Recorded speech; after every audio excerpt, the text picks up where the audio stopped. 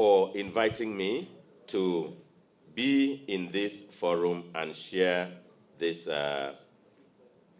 words with you for 10 minutes. And I promise I will. Now, let us first of all thank His Excellency President Bola Tinubu for the courage he has to run Nigeria and the courage he has in taking hard decisions, and also the courage and empathy to admit that these hard decisions are very necessary, yet he sympathizes with Nigerians on the outcome. But like we say, as we treat children and treat ourselves, what we are having now is just the pain of the needle of injection, the pain of the needle of injection, but the cure of the injection or the medicine itself will be longer lasting. That is President Tinubu for Nigeria. Now, the courage in removing fuel subsidy, and it has been applauded all over the world, not just the DG of World Trade Organization, Okonjo-Iweala, but other gentlemen in Nigeria and the international economic community have commended the president for the courage to do that. Let me welcome Brother, His Excellency, as he joins us.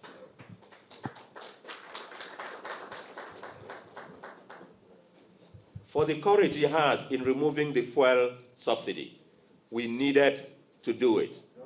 In all our years in the House of Representatives and our years in the Senate, and even while I was in the presidency, the talk has always been that we cannot keep subsidizing for a few. And it was necessary to remove, but then the pain it would cause to Nigeria. Yet, it became extremely necessary when the purpose was defeated by corruption injecting into the system. So we thank him for the courage of removing subsidy. Now, I want to say that in addition to the courage, I want to say that I have listened to the MC and I've listened to most Nigerians. I have a principle of campaigns in politics, and it is address the issues. I want in the campaign for President Tinubu's second term to adopt the strategy of Hillary Clinton when he ran against President Trump in the 2016 elections. Hillary Clinton, senator, said, when they go low, we go high. When the ADC and other receding political parties go low, we go high. We will not respond to issues about them and about their persons, because in law we say res ipsa loquitur. The fact of who they were, what they did, when they served, speak for itself. And let us take every step to encourage them to keep speaking, so that we will know the way and how Nigerians are thinking, so that we can respond to these issues. For me, the advocates of ADC, PDP, and other political parties are the campaign managers for APC in Nigeria. Because they bring up the issues they want the people to listen to, or what they seem to think that the people don't understand. And we use their advocacy and what they say to know what the people or what they have made some people to think about. And we use that opportunity to correct it to the least opportunity and to every Nigerian. The result of the last election speaks for itself, because we in the APC management and leadership, we in the federal government took the opportunities of what they were saying and used it in the different states and constituencies where we had election to contest, and Nigerians listened to us and voted for us against them. So when the ADC and PDP go low, let APC go high.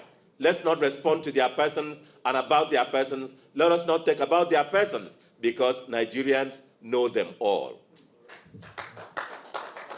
Now, I want to speak that today, the bold action of President Tinubu has spoken for itself and has made more money available to Nigerians, to Nigeria, and has made more money available to the states and local government, but less money and more challenges to the federal government. That being so, let me commend the advocacy of the Shehu-led, MB Shehu-led Revenue Mobilization, Allocation and Fiscal Commission to think with Nigerians and to think with me that we have to review the revenue allocation formula of Nigeria. And the essence of the review is not to give more money to the federal government or to the state government or to the local government. Is to look at the responsibilities of each tier of government as at today and know and say, with these responsibilities, who should have more money?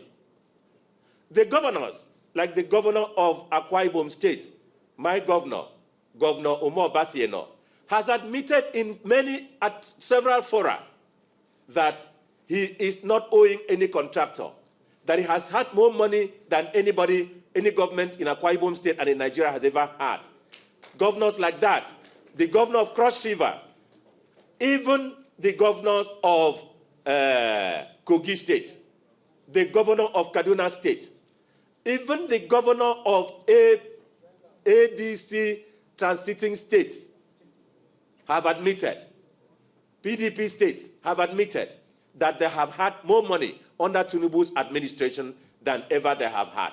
Please, let us rise and give a standing ovation to President Bola Ahmed Tinubu. Let's rise and give him a standing ovation for courage in taking decisions where others were afraid of taking.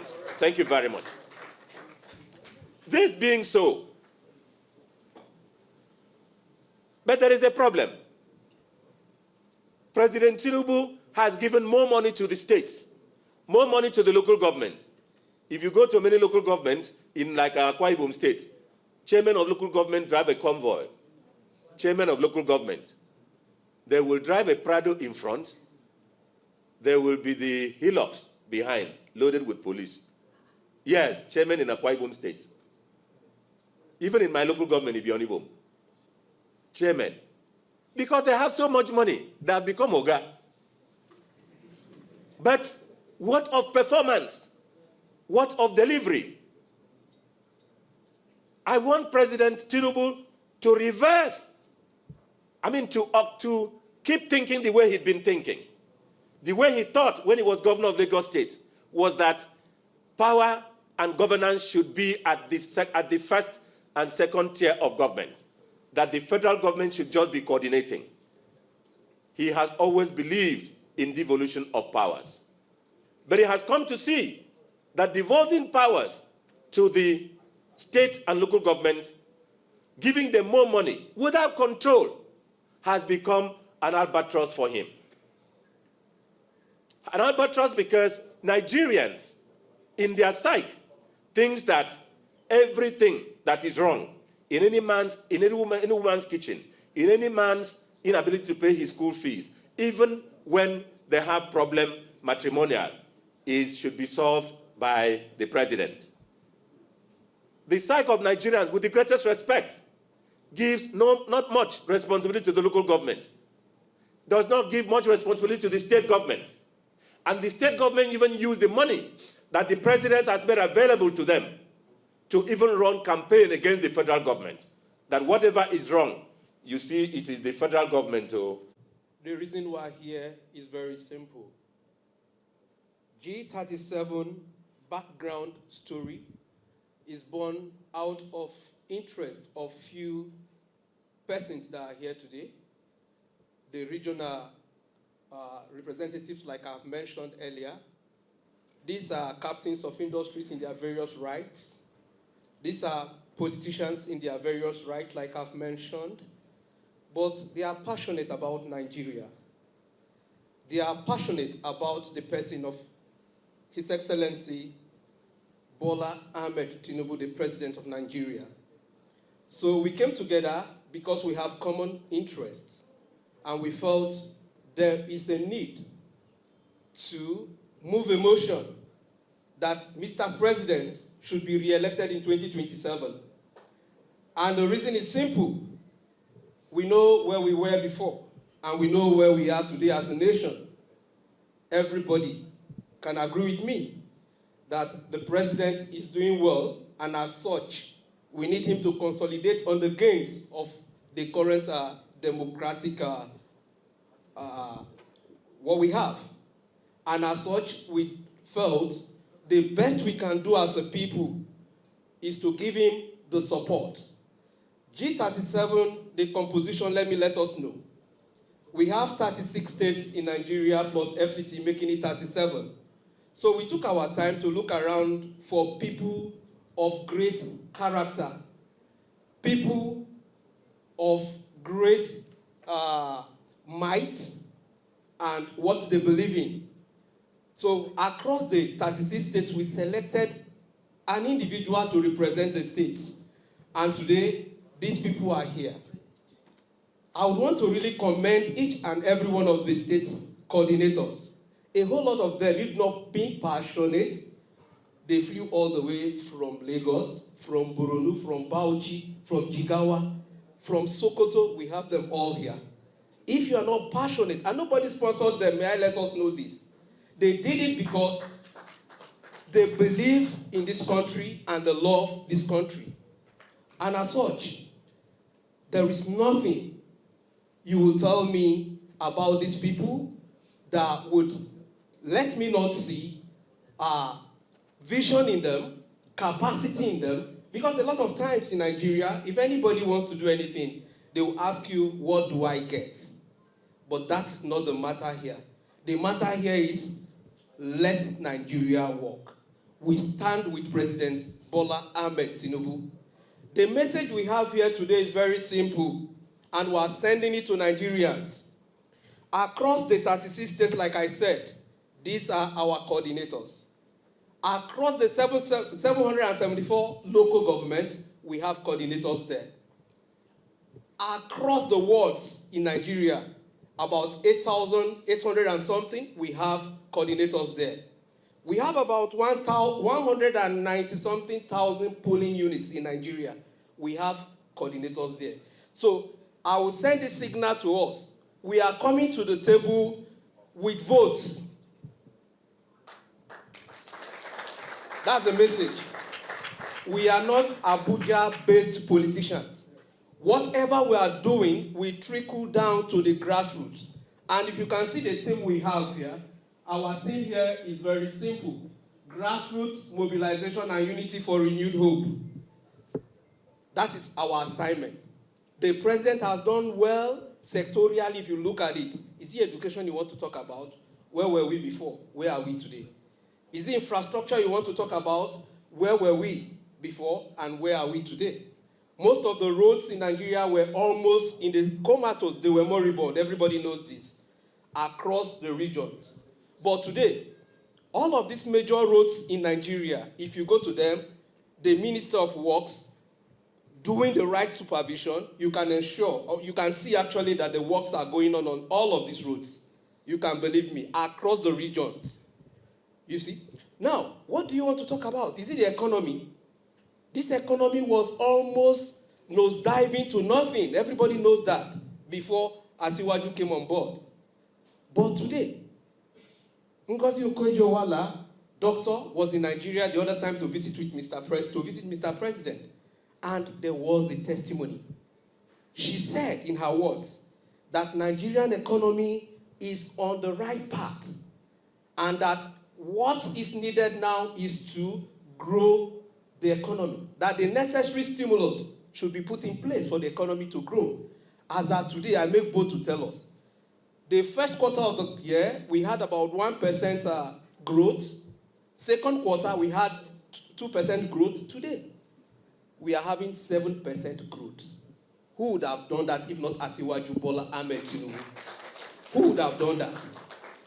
So, all of this gains, political gains, have necessitated why these young men and women are out and they left their various states, their comfort areas, and they said, the man that knows this job, the man that can do this job, because it's not about us. What about our children?